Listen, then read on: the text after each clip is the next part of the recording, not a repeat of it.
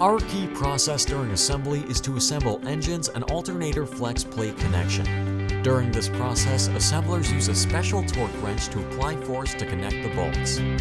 Our personnel is responsible for overall management of units assembly, with division of labor to complete the customer order with both quality and quantity.